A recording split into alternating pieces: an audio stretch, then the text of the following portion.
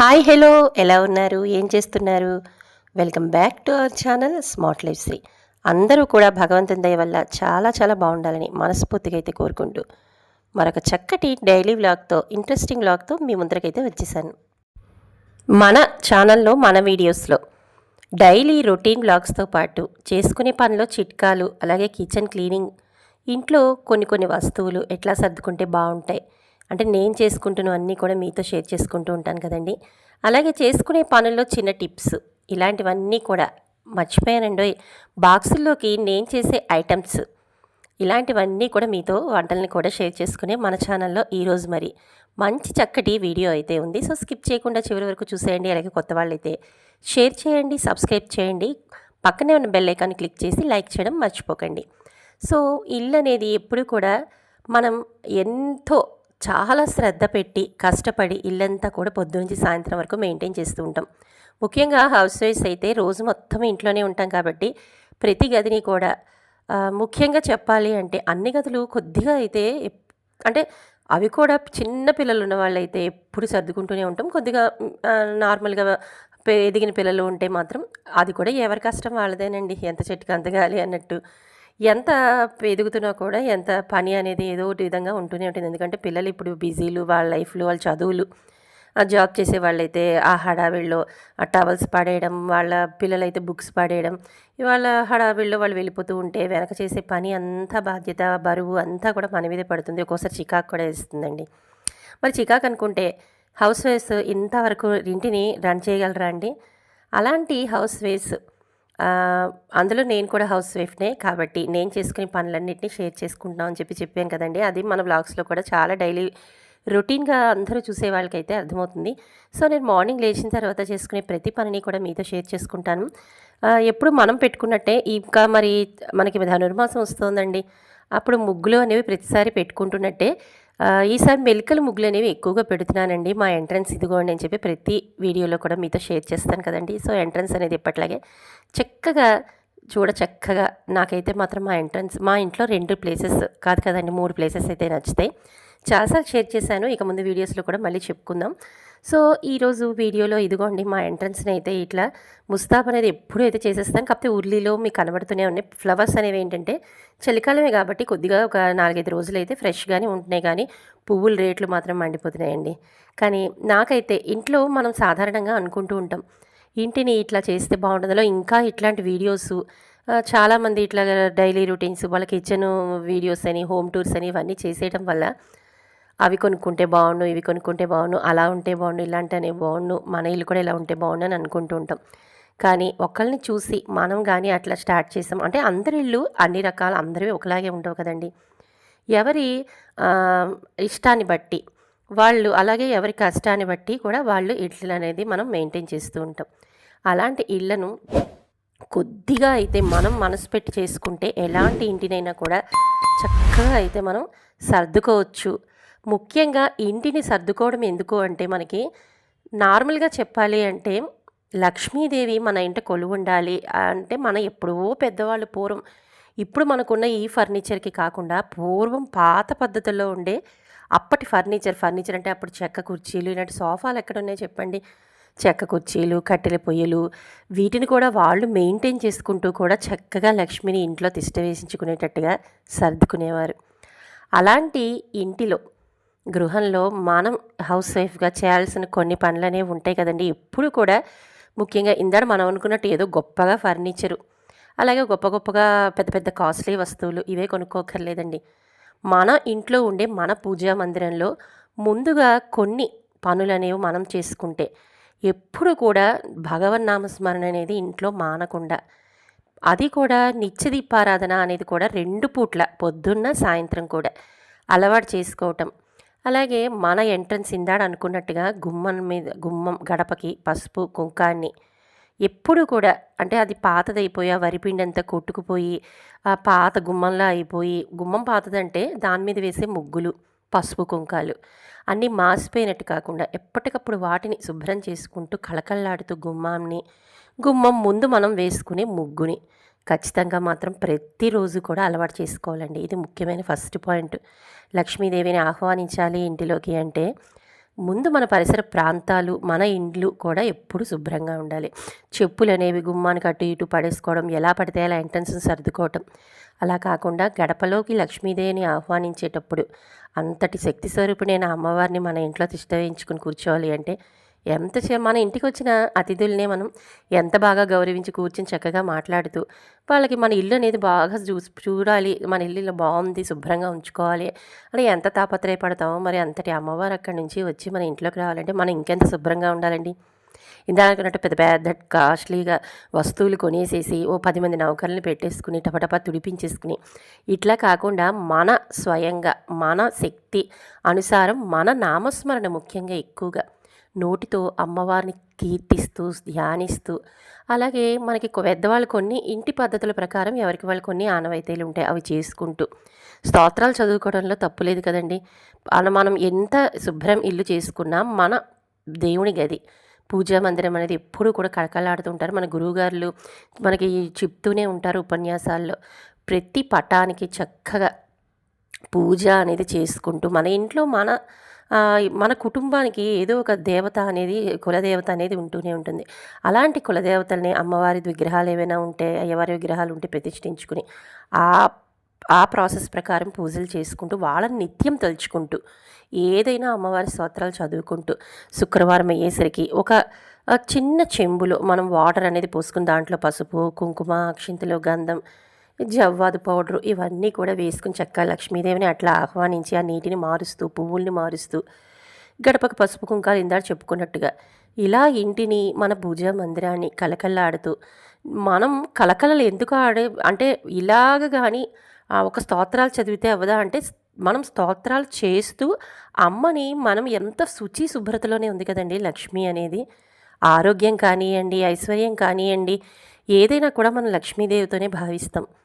అలాంటిది అంటే ధనం ఒక్కటే లక్ష్మి అని కాదు, ఆరోగ్యం కూడా మనకి ప్రధానం. ఆరోగ్య లక్ష్మి ఉంటేనే కదండి ఇప్పటి రోజుల్లో మనం ఏదైనా చేయగలం. అలాంటి ఆరోగ్యం అది కూడా మనకి ఇంటిలిపాదికి మనం వండే, అంటే మనం శుభ్రంగా వంట చేసే కిచెన్లోనే ఉంటుంది కదండి. అట్లాంటి ఆరోగ్య లక్ష్మిని కూడా ఇంటిలిపాదికి అందించే బాధ్యత మన మీదే ఉంది. ఇంకా ఇందాకడ మన బ్లాగ్లో అనుకున్నాం కదండి స్టార్టింగ్లోనే, మనం డైలీ చేసే పనితో పాటుగా కిచెన్లో నేను చేసే పని చిన్న చిన్న నేను సర్దుకునే విధానం అంటే క్లీనింగ్ ప్రాసెస్ అవ్వండి, ఐటమ్స్ అవనివ్వండి, ఏవైనా కూడా నేను ఈ విధంగా అయితే సర్దుకుంటానండి. అంటే నేను ఎక్కువగా ఇక్కడ మీకు చూపిస్తున్నది ఏంటి అంటే, నాకు కిచెన్ కౌంటర్ టాప్ మీద ఆ పెద్ద పెద్ద మీకు లోపల ఇందాకడ కబ్బోర్డ్స్ లోపల చూపించాను, పెద్ద డబ్బాల్లో మనం ఎప్పుడు సరిపడా సరుకులు, నెలవారీ సరుకులు పెట్టేసుకుంటాం. తడి చేతులతో వాటిని హడావిడిగా, అంటే ఎప్పుడు హడావిడి వంట టైంలో ఇప్పుడు అందరూ ఎస్పెషల్లీ ఇప్పుడు రోజుల్లో బాక్సులు బిజీ అందరికీ ఉంది. అలాంటప్పుడు ఆ పెద్ద పెద్ద బాక్సులు అంటే అలాంటి డబ్బాల్లో అటు ఇటు తడి పొడిగా తీసేసుకుంటే నెలవారీ వస్తువు అనేది పాడైపోతుంది కదండి. అందుకే నేనైతే ఇలాంటి చిన్న చిన్న మనకి పచ్చళ్ళ గాజు బాటిల్స్ ఉన్నాయి కదండి, వాటిల్లోకి కొద్దిగా అయితే తీసుకుంటూ ఉంటానండి. ఇప్పుడు ఈ పెద్ద డబ్బాలో చింతపండు ఉందనుకోండి, ఈ చింతపండు డబ్బాలో ఈ గాజు బాటిల్లో తీసుకుని, ఇంతకుముందు నాకు కొద్దిగా చింతపండు ఇదిగో ఇది మిగిలిపోయింది కదండి, అదేంటంటే పైన పెట్టుకుంటానండి. ఎందుకంటే మన తడి చేతులు కానీ పొడి చేతులు ఏదో ఒకటి మనం ముట్టుకుంటూ ఉంటాం. అందుకని వాటిని మళ్ళీ అడుగుని నిల్వ ఉంచేస్తే అక్కడి నుంచి చెమ్మ అనేది స్టార్ట్ అయిపోయి వస్తువు అంతా పాడైపోవడానికి అవకాశం ఉంది. అందుకని నేను పెద్ద డబ్బాలని ఎక్కువగా ముట్టుకోనండి. ఇలా చిన్న చిన్న వాటిని ఎదురుగుండా మీరు చూసే ఉంటారు. అన్నీ పసుపు, కారం, ఉప్పు, అలాగే చింతపండు, ఎండుమిర్చి, ఏదైనా కూడా బెల్లం, ఇంక్లూడింగ్ బెల్లం ముందు ముద్దగా అయిపోతుంది తడి చేతులతో ముట్టుకుంటే. అందుకే ఇలా చిన్న చిన్న ముందు పెట్టేసుకుని పొడిగా అయితే చేతులతో ఉన్నప్పుడు కొద్దిగా తీసుకుని ఇట్లా అయితే మెయింటైన్ చేసుకుంటూ ఉంటాను. ఇక్కడ మీకు చూపిస్తుంది ఏంటంటే, ఈరోజు బీరకాయ కారం పెట్టి కూర అనేది చేస్తున్నానండి. ముఖ్యంగా మనం ఇక్కడ లేతగా అయితే ఉన్నాయండి కాయలు, అందుకే పొట్టు అనేది పక్కన తీసి, అంటే ఈనెలు తీసేసాను. ఇక్కడ మీకు చూపిస్తున్నాను పైన పొట్టు ఎంత లేతగా ఉందండి. దీంతో నేను పచ్చడి చేస్తాను రేపు, అది కూడా మీకు షేర్ చేస్తానండి, తప్పకుండా అయితే చూడండి. అంటే మీరు అనుకోవచ్చు ఏంటి అచ్చంగా బీరకాయ పొట్టుతో పచ్చడి అని, చాలా అయితే బాగుంటుందని అందుకే వీటిని బాక్స్లోకి అయితే సపరేట్ చేసేసి, అంటే ఈనెలు ఉంటాయి కదండి పైన బీరకాయకి సైడ్న మనకి, అది కానీ ముదురుతో అయితే బాగుండదండి, ముదురు తొక్కలతో అయితే బాగోదు. ఆ పీల్ చేసేసి ఆ లేత తొక్కలన్నీ పక్కన పెట్టేశాను బాక్స్లో. అలాగే ఆ పక్కన ఈనెలు వస్తాయి కదా ముదురువి, అవన్నీ కూడా పడేసి కేవలం పైన మనకి బీరకాయ తొక్కలు మాత్రమే అయితే పెట్టుకున్నాను. ఇక నేను ఇప్పుడు చూపిస్తున్నది ఇక్కడ నేను ఈ కట్టర్ అనేది మీషో నుంచి తెప్పించుకున్నానండి. అంటే ఇంతకుముందు నేను కూడా చాలా వరకు ప్లాస్టిక్ ఎప్పుడో చాలా కాలం క్రితం ప్లాస్టిక్ తర్వాత చెక్కది మార్చిన ఇదైతే మాత్రం చాలా హ్యాపీగా అయితే అనిపిస్తుందండి. బాగుందని చెప్పి మీతో షేర్ చేస్తున్నాను. ఇదేంటంటే మనకి సపరేట్గా మళ్ళీ వేరే గిన్నె పెట్టుకోవడం కానీ లేదా వేరే వేరే బౌల్స్లో దేనికైనా కూడా కట్ చేసి మళ్ళీ వేసుకోవడం అవేం అక్కర్లేకుండా చక్కగా స్టీల్ దాని మీదే ఇవన్నీ కట్ చేసేసుకుంటూ ఒకే ఒక్కసారి ఈజీగా అయితే అయిపోతుందండి. చక్కగా అక్కడే కట్ చేసుకుని తొక్కలను అలా పక్కన పెట్టేసుకుని ఎన్ని ఐటమ్స్ ఉల్లిపాయ తరిగాను, బీరకాయ తరిగాను, ఎన్ని తరిగినా అన్నీ అదే పీట మీద అంటే అదే స్టీల్ కట్టర్ మీద అయితే పెట్టుకున్నానండి. వేరే బౌల్ చేసుకోవడం కానీ గట్టు మీద తోసేసుకోవడం కానీ ఏది చేయకుండా ఈజీగా కూడా క్లీనింగ్ చూశారు కదా. కావాలంటే కడిగేసుకుని తుడుచుకుని పెట్టేసుకోవచ్చు, లేదంటే ఒక క్లాత్తో తుడిచేసుకుని పైన పెట్టేసుకోవచ్చు. అంత నీట్గా అయితే మెయింటైన్ చేసుకుంటే మనకి పని బర్త్డేని ఇందాడనుకున్నట్టు కష్టం అలాగే బోరు అని కూడా అనిపించదు. ఇక పచ్చడి చేసే ముందు నాకైతే ఇలాంటి రోల్ అనేది ఉందండి. మా అత్తయ్య గారు వాళ్ళు ఇచ్చిన రోలు.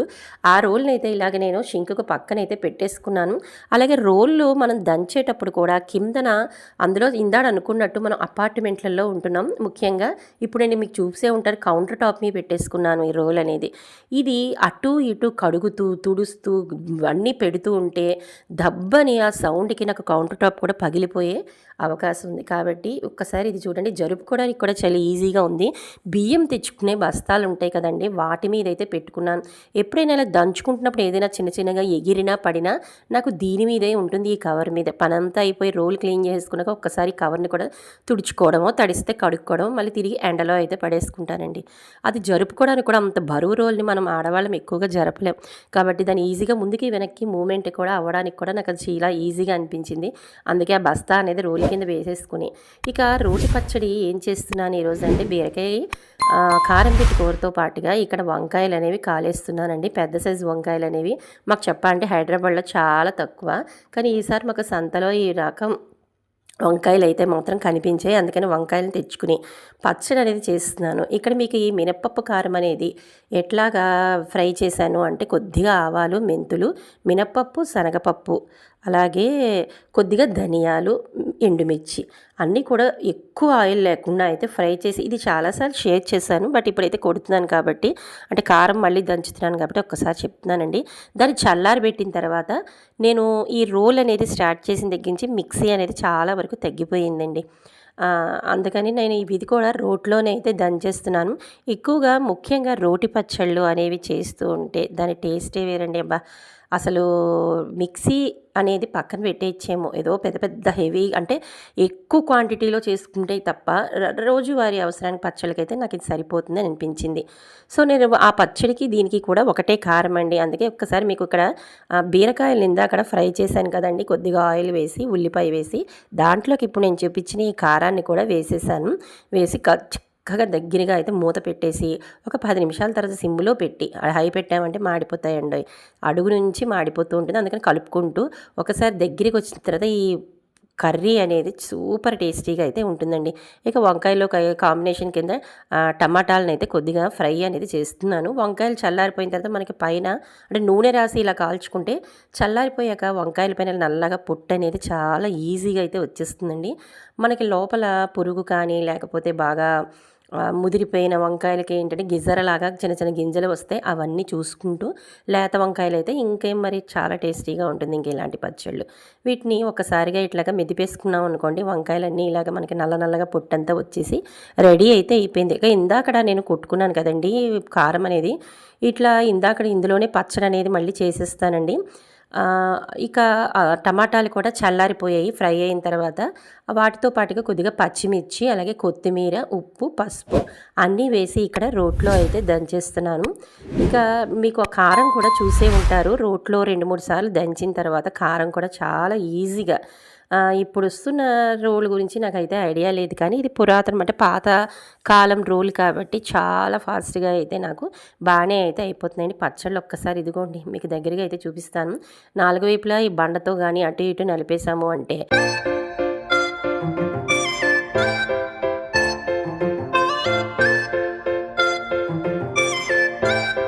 మనకి ఆల్రెడీ టమాటాలు ఫ్రై అయిపోయి మెత్తగా అయిపోయి, ఇక వంకాయలు కూడా మనకి కాల్చినవి కాబట్టి ఈజీగా అయితే రోటి పచ్చడి అనేది పచ్చిమిర్చి వేయాలి, ఇందాక నేను చేసిన కారం వేయాలి, అలాగే కొత్తిమీర కొద్దిగా, ఉప్పు, పసుపు అన్నీ కలిపి ఇదిగోండి టేస్టీ టేస్టీ నోరు ఊరించే పచ్చడి, రోటి పచ్చడి రెడీ అయితే అయిపోయిందండి. ఇంకా రేపు బీరకాయ పచ్చడి అనేది ఉత్తి తొక్కలతో ఎలా చేయాలి అనేది కూడా నేను చేసే విధానాన్ని మీకు చూపిస్తాను. ఇక రోల్ అనేది అలా అయితే ఉంచకూడదని పెద్దవాళ్ళు చెప్తుంటారు కదండి. అందుకే ఇదిగోండి కొద్దిగా వాటర్ అనేది వేసేసి అలా ఉంచేసి క్లీనింగ్ అనేది చేసుకుంటాను. ఇక ఇక్కడ మీకు చూపిస్తున్నది నేను ఇంతకుముందు ఒక వీడియోనైతే అప్లోడ్ చేశానండి. నేను ఇది సొంతంగా ఇంట్లో అన్ని వస్తువులు ఒకే దాంట్లో వేసి ఇంట్లోపల సాంబ్రాణి పౌడర్ అనేది రెడీ అయితే చేసుకుంటే ఒక్క గుగ్గిలం అనే కాదు, దశాంగం కాదు, సాంబ్రాణి పొగ కాదు, అన్నీ కలిపిన మంచి ఎఫెక్టివ్ అయిన సాంబ్రాణి పొడి అనేది ఎలా చేసుకోవాలనేది ఇప్పుడు మీకు చూపిస్తున్న థంబ్నెయిల్ ఉంది కదండి, ఇక్కడ కింద మీకు కనిపిస్తుంది కదా, అందులో అయితే చేసి పెట్టానండి. ఇక ఈ పౌడర్ అయిపోయిన తర్వాత నెక్స్ట్ టైం చేసుకునేప్పుడు మళ్ళీ ఖచ్చితంగా అప్లోడ్ చేస్తాను. సో ఆ వీడియోని మీకు కావాలి అంటే చూసుకుని ఒక్కసారి ఇల్లంతా కానీ ఇలా పొగేసుకుంటే మన ఇల్లు ఎప్పుడు కూడా పాజిటివ్ ఎనర్జీతో అయితే ఉంటుంది. సో వీడియోని లైక్ చేయడం మాత్రం మర్చిపోవద్దు.